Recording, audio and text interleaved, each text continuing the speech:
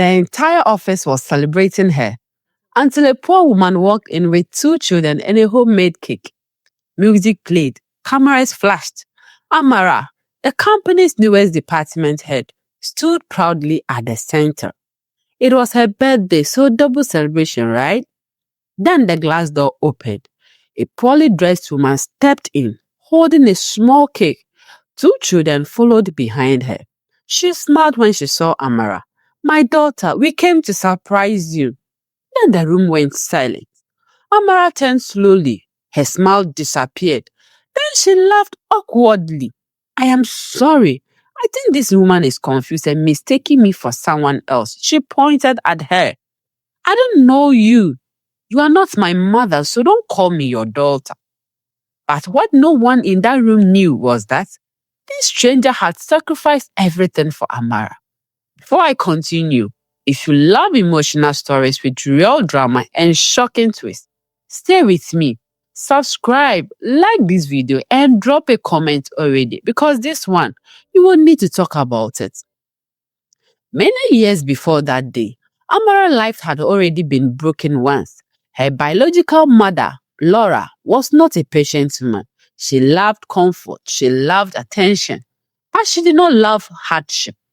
When her husband's business began to struggle, respect disappeared from their home. Argument became normal. Insult followed until one day, Laura made a decision. She packed her bags and walked out of the marriage. But the most shocking part, she didn't even ask of her daughter. 7-year-old Amara stood at the door that day watching her mother leave, and she never came back. For 3 years, her father struggled alone to raise her, until one day, Grace entered their lives. Grace did not come to replace Amara's mother. She only came with one promise in her heart: this child will never feel abandoned again. But Amara had already built a wall around her heart. To her, Grace was just a stranger living in their house. Grace tried everything. She cooked her favorite meals, attended school meetings with her, sat beside her when she was sick. But Amara rejected her kindness every time she tried. Still, Grace never complained and never gave up. Years passed. Grace eventually had 2 children with Amara's father, a boy and a girl, Ada and Daniel. But she never treated Amara differently. Then tragedy struck again. Amara's father fell sick. Within months, he was gone. Grace was now a widow with 3 children and a collapsing business. But she made one decision that shocked everyone. She would still prioritize Amara's future. When Amara gained admission to the university, the fees was overwhelming. Grace made the hardest decision of her life. She withdrew her own children from their private schools and sent them to the public schools because that was less expensive. Everything she had went to Amara's education. Then came the final sacrifice. The last land their father had left, Grace sold it, just so Amara could continue her education. Grace believed one thing: one day she would understand because she's my first child. But what happened next broke her heart completely. One weekend, Grace cooked Amara's favorite food and traveled to visit her at the university hostel. But Amara was sitting with her wealthy friends, pretending to be the daughter of a rich family. When Grace called her name, Amara panicked, and she said the words that shattered Grace's heart. "I don't know this woman. She's just our house help."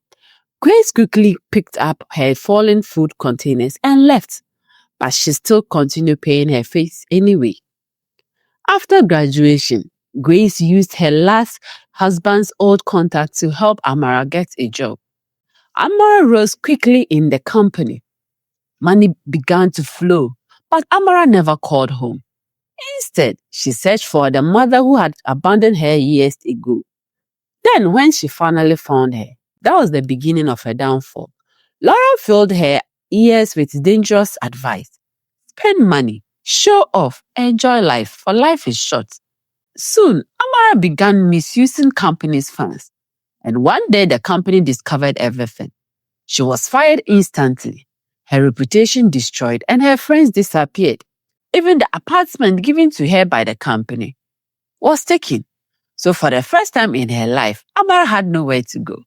When Amara lost everything, the world suddenly became very quiet. Her friends stopped answering her calls. Her colleagues avoided her.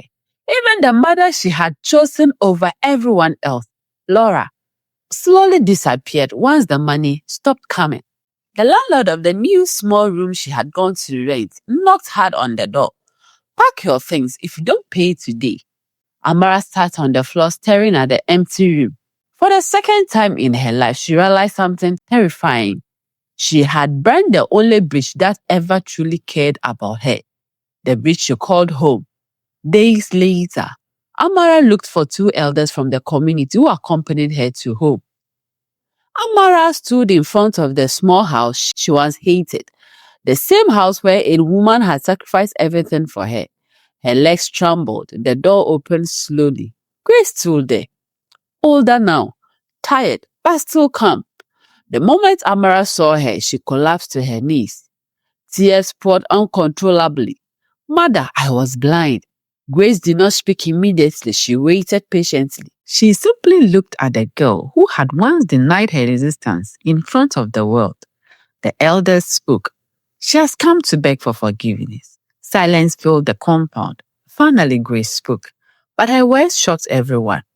I forgave her long ago. Amara looked up hopefully. Then Grace continued quietly. But forgiveness does not erase the lessons life has written. Amara's heart began to pound. Grace walked closer and lifted her up. You can come inside, she said, but not as the daughter who once ruled this house. You will start again like everyone else. You will work. You will rebuild your life. And one day, when you truly understand sacrifice, you may call me a mother. Amara broke down completely because in that moment she realized something painful. Grace had never stopped loving her, but love does not always remove consequences. Months passed after Amara returned home. Life was no longer the way she used to know it. No expensive clothes, no luxury restaurants, no pretending, no commanding anyone around. Grace asked her to start working in one of the small grocery shops run by her younger brother. The same boy who had once been forced to leave his private school because Grace needed money for Amara's education. Every morning, Amara swept the shop floor. She served customers, she carried goods, and every night she returned home exhausted. But for the first time in her life, she felt something she had never truly known before: humility. One evening, after closing the shop, Grace called her outside. The sun was setting. Grace handed her a brown envelope. Open it, she said calmly. Amara slowly opened the envelope. Inside were a document, land document. She looked confused. Grace spoke softly. This is a land your father left for the family. Amara's eyes widened. But I thought you sold it to pay my university fees, right? Grace shook her head gently. I never sold it. Amara froze. Grace continued. I told you that because I wanted you to understand what sacrifice feels like. I sold my land instead. Tears began to fill Amara's eyes again. Grace placed her hand on Amara's shoulder. I was waiting to see if the girl I raised would ever come back to say thank you. Amara collapsed into Grace's arms. For years, she had called this woman a stranger, a maid, someone unworthy of being her mother. But in that moment, she finally understood the truth.